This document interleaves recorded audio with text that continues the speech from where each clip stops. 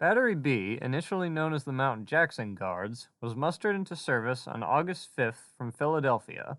They fought in many engagements, including Second Bull Run, Antietam, Fredericksburg, Chancellorsville, Gettysburg, the Bristow Campaign, the Wilderness, Cold Harbor, and Petersburg.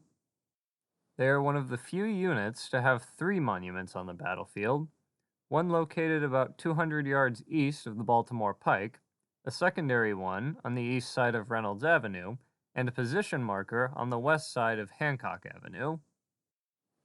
Battery B was commanded at Gettysburg by Captain James Cooper. James Harvey Cooper was born on March 6, 1840, in Ross Township, Allegheny County, Pennsylvania. His parents died when he was very young, and in 1853 he moved to Lawrence County, PA. Prior to his enlistment, he was serving as a clerk in his brother's store in Mount Jackson, PA. He enlisted in the battery on April 26, 1861, and served until August 8, 1864, having served 3 months more than his contract had required. During his service, he was quite popular among the men under his command, and even his superiors heaped praise upon him. His war record spoke so well that, according to a Lancaster Intelligencer article from June 14, 1871, General John Reynolds himself described Cooper as one of the bravest and coolest men under fire I ever saw. After the war, he worked in a sawmill as a lumberman in Edinburgh, Pennsylvania, and in 1871 he ran unsuccessfully for Pennsylvania Surveyor General. In 1880, he opened his own clothing store, Cooper and Butler, in Newcastle, Pennsylvania, which he worked at until the turn of the 20th century. In 1873, he married Alice Gray Officer, and in 1880, their only child Mary was born. On March 21, 1906, just 15 days after his 66th birthday, James Cooper died of a heart condition, which he had previously had a bout with during a Civil War veterans reunion. When reading his obituary, it is clear that he was a man of honor and humility, and remained a beloved member of his community until his last day. At the time of Gettysburg, Battery B was 114 men strong and was equipped with 4 3-inch ordnance rifles. They arrived on the field with General Thomas Rowley's 3rd Brigade, 3rd Division, 1st Corps. They had previously camped near Marsh Creek on June 30th.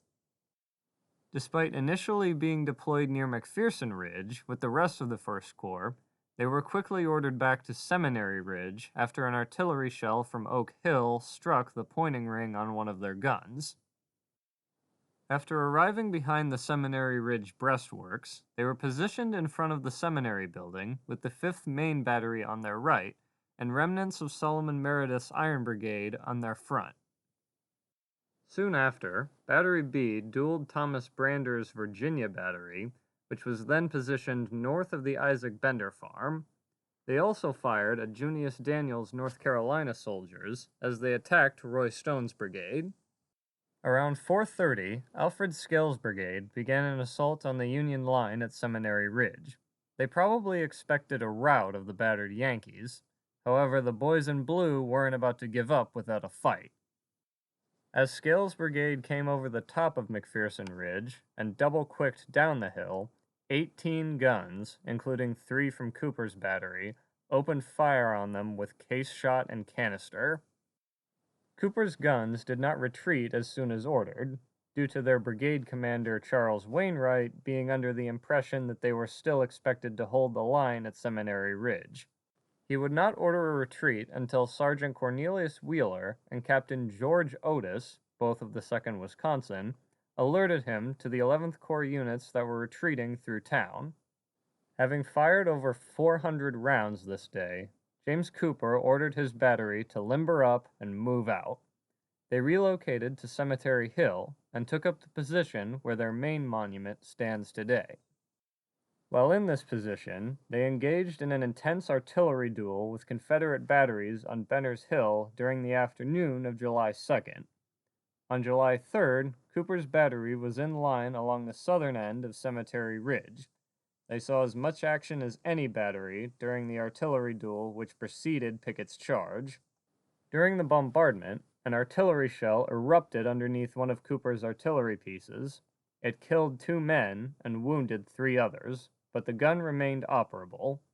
Subsequently, Colonel Wainwright ordered Cooper to man the gun with other men from his unit, while he retrieved infantrymen to carry off the dead and wounded. Another shell broke the axle of another of Cooper's pieces. However, the carriage remained firm, so the crew kept firing until the carriage broke. Post-war, Lieutenant James Gardner remembered the scene of Battery B's position. The shots of the enemy came thick and fast, bursting, crushing, and plowing, a mighty storm of iron hail, a most determined and terrible effort of the enemy to cripple and destroy the guns upon the hill. Situated as we were in the center of this artillery line, our battery received the full force of the enemy front, oblique, and flank fire. Against the batteries on Seminary Ridge we were powerless, but upon the batteries of Latimer and Benner's Hill, and upon Graham and Rain to our left, an accurate and most telling fire was opened from the batteries on this hill, and continued for about 2 hours. Over 3 days of fighting, Battery B lost 3 men killed, 9 men wounded, and expended over 1,000 rounds of ammunition. Now onto the monuments. Originally, the survivors of the battery placed a much smaller granite pedestal near where the primary monument is in 1879. It had some text written on the front of it.